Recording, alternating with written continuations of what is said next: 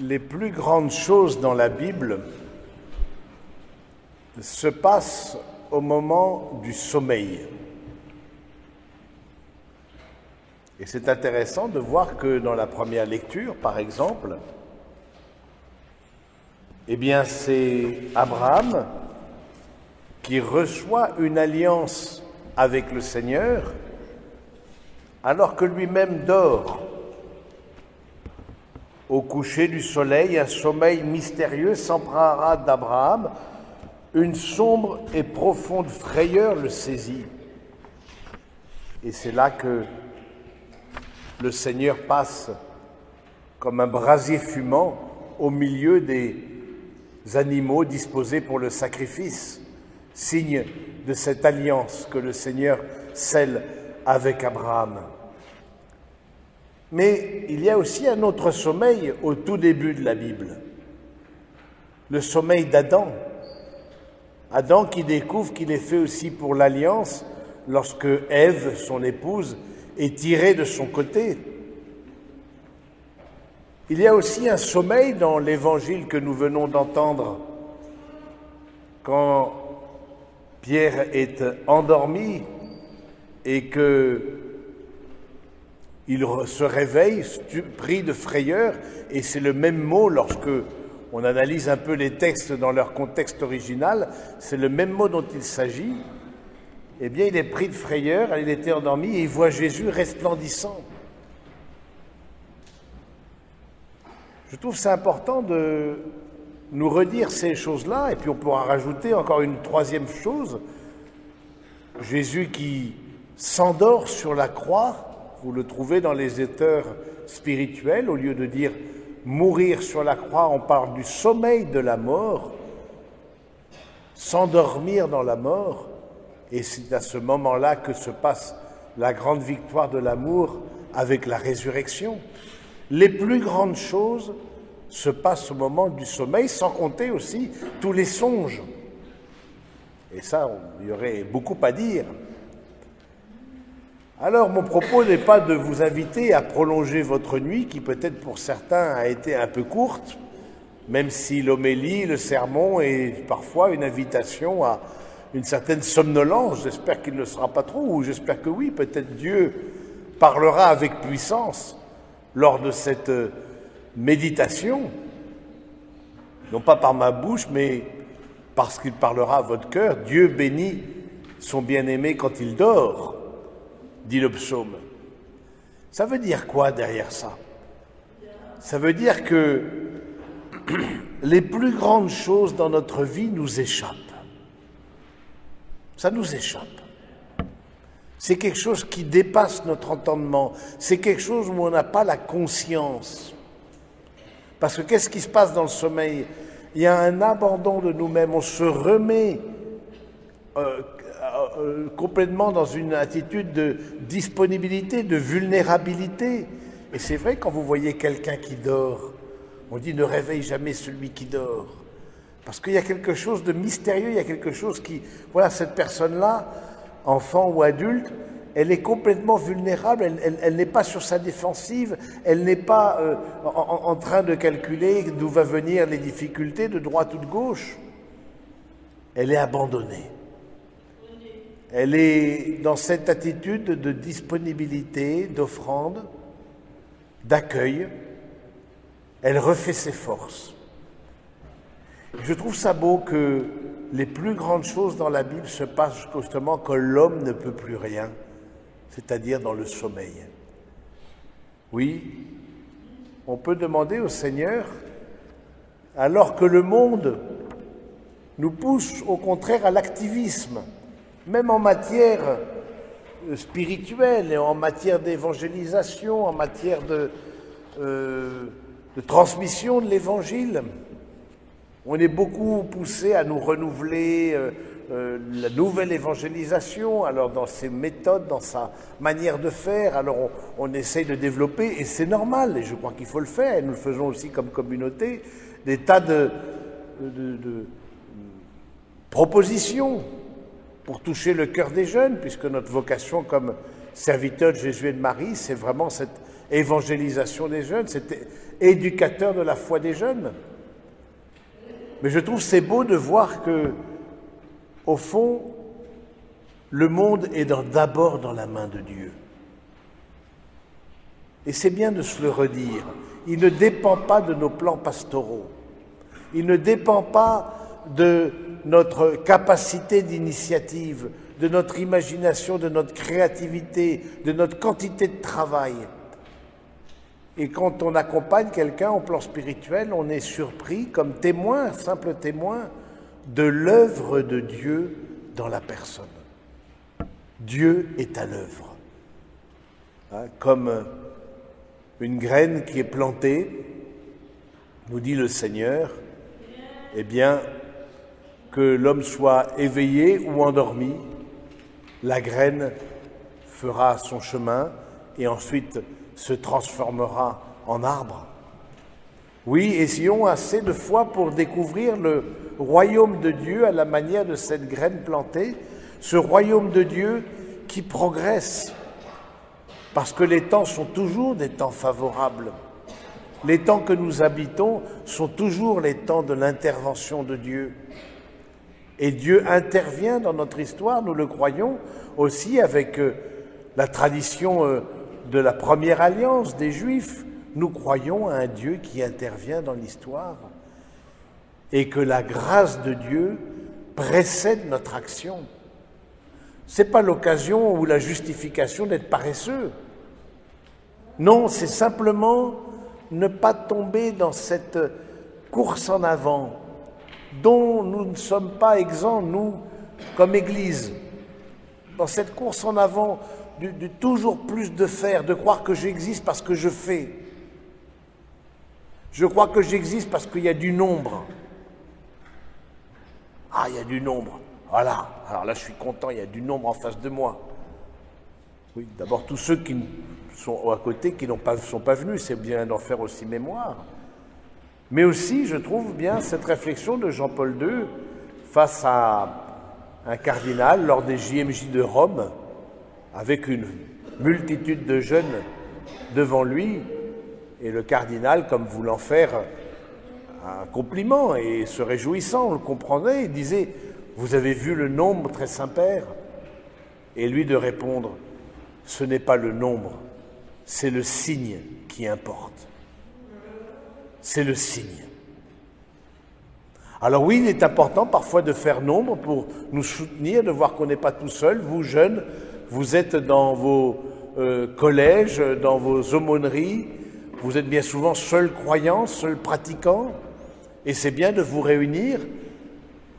Mais rappelez-vous que vous êtes d'abord signe, et le signe, il est toujours peu nombreux, pour que justement ce soit Dieu qui agisse. Il est signe d'un autre. Sa valeur n'est pas en lui-même, il est signe de celui qui travaille la terre et le cœur de l'homme à la manière d'un ferment. Oui, frères et sœurs bien-aimés, c'est important de nous rappeler ça dans une société où il ne reste pas beaucoup de place pour la vie contemplative. Qu'est-ce que j'appelle la vie contemplative ?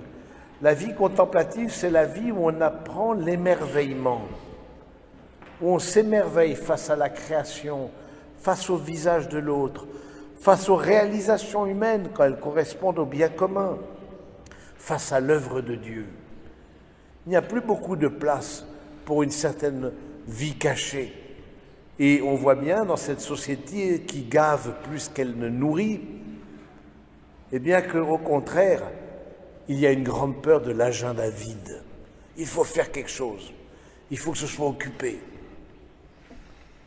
C'est important dans l'éducation, par exemple, que l'enfant s'ennuie.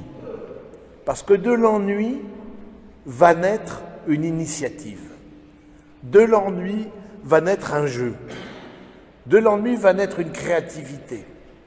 Alors que s'il est gavé, toujours de choses à faire, avec ce petit écran en face de lui et ses pouces qui s'agitent à vitesse grand V, où est la créativité?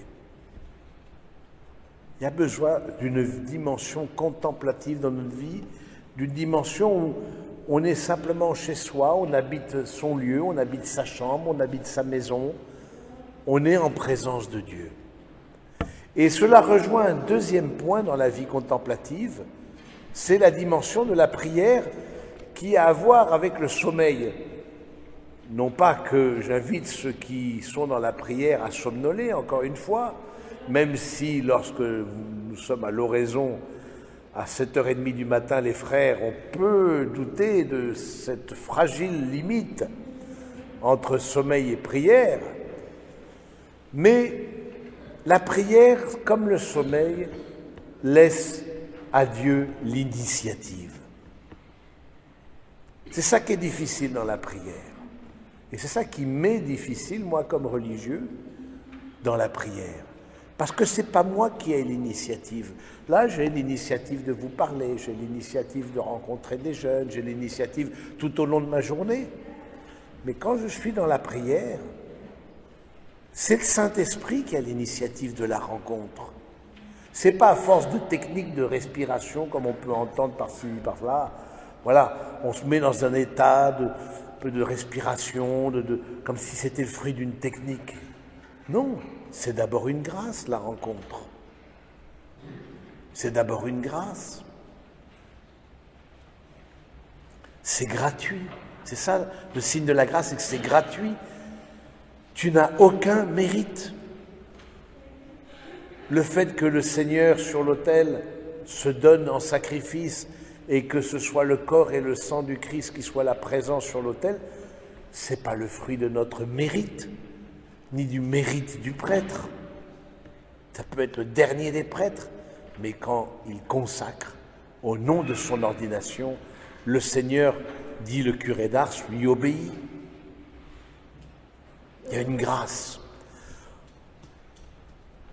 On n'est plus habitué à ça, au rythme de la grâce, aux choses gratuites, dans une société de plus en plus marchande.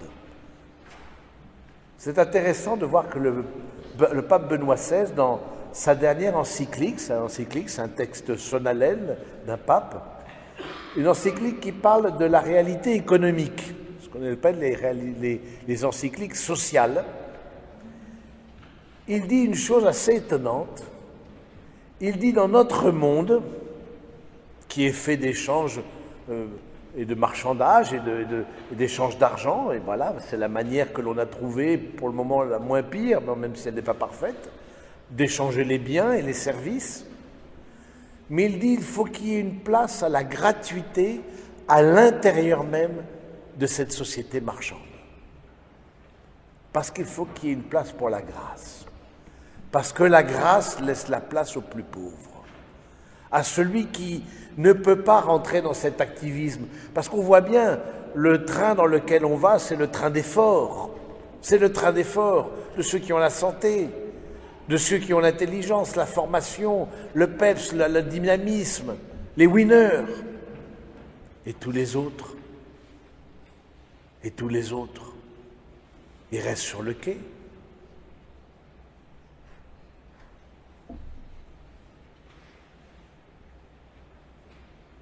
On ne peut pas vivre dans une société comme ça.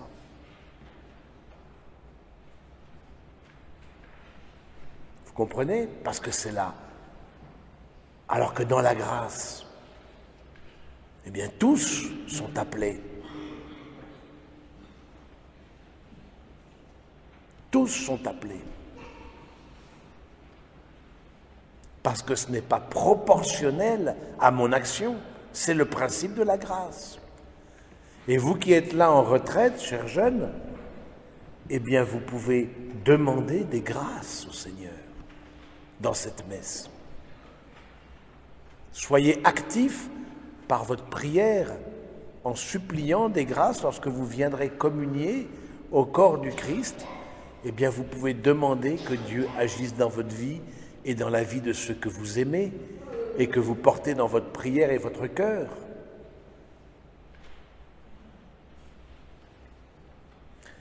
Alors ça demande une révolution copernicienne. Vous savez, Copernic, vous avez étudié ça pour ceux qui sont plus jeunes dans les livres, dans les écoles. qui a dit, ben non, c'est pas le soleil qui tourne autour de la Terre, c'est la Terre qui tourne autour du soleil. Il faut comme un décentrement de nous-mêmes. Il faut croire que c'est d'abord Dieu qui agit, et non pas nous qui agissons, et lui qui suivrait qu'à un quart.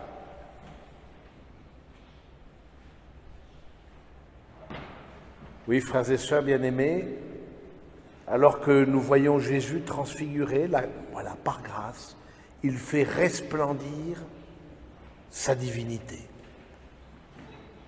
devant Pierre, Jacques et Jean, les disciples les plus proches, les apôtres les plus proches. Pourquoi il fait ça? Parce que pourquoi est-ce qu'on reçoit des grâces? C'est tout simplement après, pour aller témoigner, pour soutenir notre intelligence, pour soutenir notre volonté, pour nous donner des forces, oui, mais parce que nous avons d'abord pris conscience qu'il y a eu une rencontre. Et les disciples, les apôtres qui étaient là au pied de Jésus sur ce mont de la transfiguration, n'oublieront jamais ce moment. Et cela les aidera à suivre le Christ jusqu'au dernier moment. Cela les aidera à suivre le Seigneur. Alors oui, frères et sœurs, rentrons dans un autre rythme. Rentrons dans un autre rythme, qui est le rythme de Dieu. Laissons-le agir dans notre vie et peut-être une des résolutions des retraites, la retraite que vous faites, eh bien ça peut être celle-ci. Seigneur, je veux que tu agisses dans ma vie, tout simplement. Je veux te laisser faire. Alors vous verrez le Seigneur, peut-être pas transfiguré parce que ce n'est pas l'habitude, Dieu agit dans la foi, mais vous verrez le Seigneur à l'œuvre, en vous et autour de vous.